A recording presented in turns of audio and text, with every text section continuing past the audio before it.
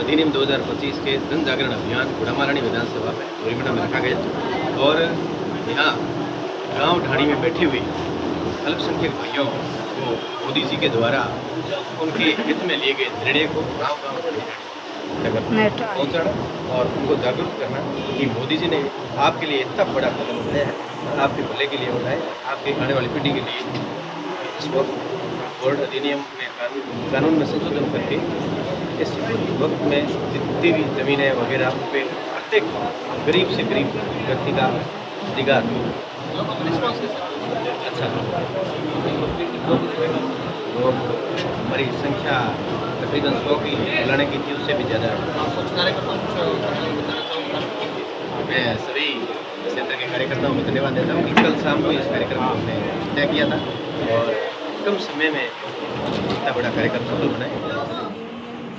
वक्फ अधिनियम 2025 जो पारित हुआ है, उसके लिए जो भ्रांतियाँ कांग्रेस सरकार फैला रही है, हम लोगों की, इसलिए हम लोग जन जागरण अभियान कर रहे हैं, जिसमें हम लोगों को बता रहे हैं कि जो वक्फ की जो जायदाद, जो वक्फ किया जाता है, जो पैसा जो गरीब व्यक्ति तक नहीं पहुंच पा रहा है, उसको गरीब व्यक्ति का पैसा गरीब व्यक्ति तक पहुंचे, इसकी चेष्टा सरकार कर रही है।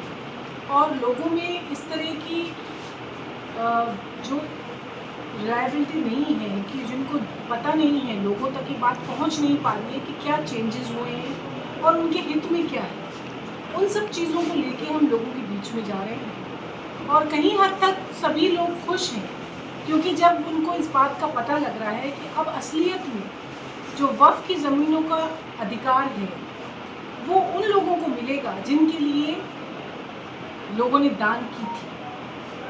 वक्फ की जो ज़मीन है, वो एक मुसलमान जब दान करता है तो वो अपनी खरी कमाई की ज़मीन, अपनी निजी ज़मीन में से कुछ हिस्सा दान करता है, और वो सिर्फ़ और सिर्फ गरीब मुसलमान के लिए, जिसका अभी तक पर्याप्त कुछ भी ना तो कभी हमने किराया देखा, ना कोई भी ऐसा कानून था जिसको कि गरीब व्यक्ति की किसी भी तरह से वक्फ बोर्ड द्वारा मदद की जाए।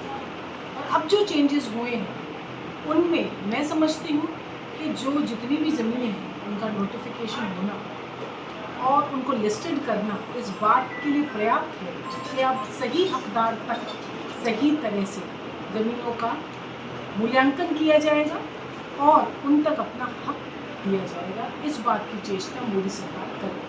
पहले का जो वक्फ अधिनियम था उससे क्या नुकसान था, नया बना इससे क्या फायदा? पहले सिर्फ बोर्ड जो है, बोर्ड के कुछ सदस्य जो 1995 का जो उन्होंने नियम लागू कर रखा था, उसमें खाली अंदर बैठकर किसी भी ज़मीन पर अपना हक कर लेना, जिस ज़मीन पर वक्फ बोर्ड का बोर्ड लग जाता था वो ज़मीन वक्फ बोर्ड की हो जाती थी। और अब केंद्र सरकार द्वारा जो 2025 का पास हुआ है, उसके अंदर ये चेंजेस किए गए हैं। अब प्रॉपर 90 दिन की अपील होगी, उसमें अधिकार दिया जाएगा। अगर ट्रिब्यूनल में कोई भी आदमी अधिकार करने के बाद उसको आगे जाना हो तो हाई कोर्ट और डीवी तक जा सकेगा। मतलब हम अंदर बैठकर गुड़ नहीं फोड़ पाएंगे। और जो लोग आज तक इन ज़मीनों का लुत्फ़ उठा रहे थे, जो नेता, बड़े बड़े कांग्रेस के नेता जिन्होंने बड़े बड़े होटल्स और बड़े बड़े व्यवसाय वक्फ की ज़मीनों पर मात्र कुछ लीज़ के पैसों से वक्फ बोर्ड को राज़ी कर कर अपने धनाढ्य हो रखे हैं, उनको इस बात की चेतावनी दी जा रही है कि अब मोदी सरकार डंडा लेके तैयार है और वक्फ में जो चेंजेस किए गए हैं उससे गरीब को अपना हक देने के लिए वो सड़कों पर भी आएगी और उसका ही मूल रूप इस अधिनियम को बदल कर किया। इससे मुस्लिम लोगों को मुझे नहीं कोई फायदा मिलेगा। इसमें आपको क्या लगता है कि मुस्लिम के अलावा किसको फ़ायदा मिलेगा? इससे तो हिंदुओं को ज़्यादा फायदा, मुसलमानों को क्या फायदा इससे? देखिए, ऐसा है कि जो भी वक्फ बोर्ड की ज़मीनें हैं उनसे आज तक जो है कोई भी फ़ायदा कोई भी मुसलमान नहीं होगा। लेकिन जब हमारी ज़मीनें जो हैं उनको हम लिस्टेड करेंगे, उनका नक्शा बनेगा, जमाबंदियाँ जो हैं सुचारू रूप से नोटिफाई होंगी और कलेक्टर रेवेन्यू बोर्ड, जैसे कि कलेक्टर रेवेन्यू का अधिकारी होता है, वो इन सब, मैं कहती हूँ एक देश में दो तरह के कानून कैसे हो सकते हैं जब हम हर चीज़ में हकदार हैं, हम हर चीज़ में हर सामान्य हक चाहते हैं। तो वक्फ बोर्ड में भी अगर एक तरह का कानून चल रहा है तो उससे लोगों को तकलीफ क्यों हो रही है? उन लोगों को जिन्होंने बहुत बड़ी बड़ी ज़मीनों पर कब्जे कर रखे हैं। और हमारे राजस्थान की जो ज़मीनें देखें उन पर ऐसा कोई भी आज तक प्रावधान नहीं है जिसका किराया जो है वो इस तरह हमारी MI रोड की जो दुकानें हैं आप देखिए, जो मूल बहुत बड़ा पॉश इलाका है जयपुर का, वहाँ का किराया मात्र कुछ रुपए आता है, जिसका कि किराया अगर आ जाए तो मैं समझती हूँ जयपुर के अंदर ही वृद्धावस्था पेंशन से लेके सब्सिडी कोई भी प्रोग्राम अगर वक्फ बोर्ड चलाए तो हमें ज़रूरत नहीं है सरकार के पैसों की। तो अगर इस तरह के काम होंगे, जिस तरह से कानून लागू हुआ है, तो उस तरह से तो कभी भी जो है किसी भी मुसलमान को जो है आगे आकर दुख करने की ज़रूरत नहीं पड़ेगी। हर आदमी सेटिस्फाई होगा, लेकिन ज़रूरत इस बात की है कि हम कानून को प्रॉपर समझें। ऐसे तो पहले भी सबके साथ होता है, जिसके किसी के नाम में जमीन नहीं है वो तो वैसे सरकार खाली करवा सकती है। एक्ट की क्या जरूरत है, वैसे भी खाली करवा सकती है। तो देखिए ऐसा है, बिना कायदे कानून के कोई भी सरकार जो है खाली कराने की बात नहीं है। ये सिर्फ भ्रम इस बात का फैलाया जा रहा है कि मस्जिद मदरसों को खाली कराने की चेष्टा हो रही है। लेकिन मैं आपके माध्यम से लोगों को बताना चाहूँगी कि हम सिर्फ और सिर्फ ये चाहते हैं कि हमारे कौम की जो मस्जिद मदरसे हैं उनके कागजात सुचारू रूप से प्रॉपर बने, उनके दस्तावेज प्रॉपर हों, ताकि हमारे आगे आने वाली पीढ़ियों पे, और वैसे भी हम तो विवादित जगह पे तो नमाज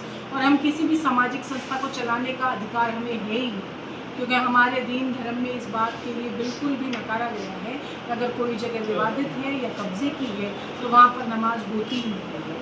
मैं इस चीज़ के लिए बहुत तुच्छ हूँ, लेकिन फिर भी इस बात का ज्ञान हम लोग रखते हैं। तो मैं चाहती हूँ और हम हर मुसलमान चाहता है कि अगर उसने सब लोगों ने अपने पैसों से जमा कर मस्जिद बनाई है, कोई इदारा मदरसा बनाया है, तो उसका अच्छी तरह से कागज़ होने चाहिए, प्रॉपर जमाबंदी उसके नाम होनी चाहिए, संस्था का रजिस्ट्रेशन होना चाहिए। क्यों नहीं हो? जब हम हिंदुस्तान के अंदर हर तरह का एक्ट है तो उस एक्ट का लाभ हम क्यों ना उठाएं? और हम जब ई-मित्र पर जाकर नोटिफाई करें तो हमें भी हमारी ज़मीनें दिखनी चाहिए कि वो किसके नाम है, उसका उपयोग कौन कर रहा है, उसके DLC रेट क्या है और हमें कितना किराया वक्फ बोर्ड को उसका जा रहा है। इस बात का पूरा प्रावधान गूगल ई-मैप पे होना चाहिए। आप बता रहे थे MI रोड पे, लेकिन ये जो संधि क्या है दालमपुरा के सामने, यहाँ पे तो पिछली बार कांग्रेस ने खाली करवाई थी तो वक्फ बोर्ड की जमीन। तो देखिए ऐसा है, वक्फ बोर्ड की ज़मीन जो है खाली कराई गई तो वो एक से दूसरे को ही दी गई, उसका ना कभी ऑक्शन हुआ है ना कभी बोली हुई है। तो आज जब सब जगह RPPT एक्ट टेंडरिंग होती है तो वक्फ बोर्ड में क्यों नहीं? जब हर कुछ जो है जो चीज़ लागू है वो हमारे वक्फ बोर्ड में क्यों नहीं? किसको इस बात से तकलीफ है? जब सरकार करना चाहती है, हमारे लोग करना चाहते हैं, उसका सही फ़ायदा उठाना चाहते हैं, रेलवे के बाद सबसे ज़्यादा ज़मीनें हमारे पास हैं, तो हमारे पास इतना किराया क्यों नहीं आ रहा है? जब 12 करोड़ रुपए हमारे मूल आने चाहिए, उसका हमें सिर्फ 1 करोड़ रुपए क्यों आ रहा है? तो वो हमारे ही नुकसान की, वो मुसलमान का ही नुकसान है, उसमें किसी हिंदू का नुकसान नहीं है। अभी जो ये वक्त बोर्ड का संशोधन अधिनियम के बाद कितना आपके पास रजिस्ट्रेशन होगा?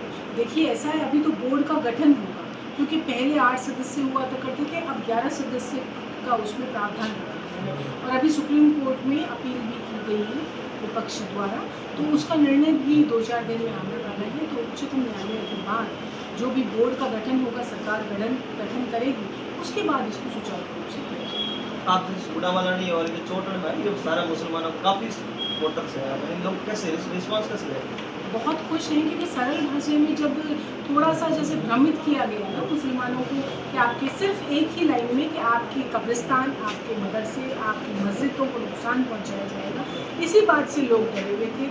और जब इस बात की घोषणा हमारे राष्ट्रीय महामंत्री जो हमारे राष्ट्रीय संयोजक हुए हैं इस अभियान के, राधा मोहन जी अग्रवाल, उन्होंने भी इस बात को अपने मन से कहा है कि हम मुसलमानों की किसी भी इदारे, किसी भी मस्जिद मदरसों को कहीं भी नुकसान पहुंचाने की कोई काम नहीं करेंगे। तो इस बात से साफ हो जाता है कि जो हमारा एक तरफा विजन है वो सिर्फ इसी बात का है कि हम हमारी ज़मीनों को नोटिफाई कराएं और हम जो सरकार का RPPT एक्ट है और प्रॉपर जो फाइलिंग है उसके हिसाब से हमारी सारी प्रॉपर्टी जो है रजिस्टर होनी चाहिए। इस बात का समर्थन भारतीय जनता पार्टी का और हिंदुस्तान का हर मुसलमान, हर नागरिक। एक सौ में रह गए मुसलमान कहेंगे ये तो वोटों के लिए कर रहे हैं, मैं तो कुछ फायदा नहीं मिल रहा है, इन लोगों की भावना चलती है ऐसी। देखिए ऐसा है कि वोटों का इस सामाजिक संस्था से कोई लेना देना नहीं है। क्योंकि ये तो दान की चीज़ है, ये तो सदका की भी चीज़ है और इसमें तो गरीब मुसलमानों का ही लेना देना है। इसमें अगर कोई धनाढ्य किसी चीज़ को किराए पे ले रहा है, पहली बात तो बेचने का और ट्रांसफ़र करने का वक्फ बोर्ड में कोई प्रावधान नहीं है। लेकिन फिर भी अगर किसी ने लीज़ की है तो उसका पैसा वक्फ बोर्ड में गरीबों के ही काम आता है। तो इसमें किसी का वोट बढ़ना या घटने की तो कोई बात ही नहीं।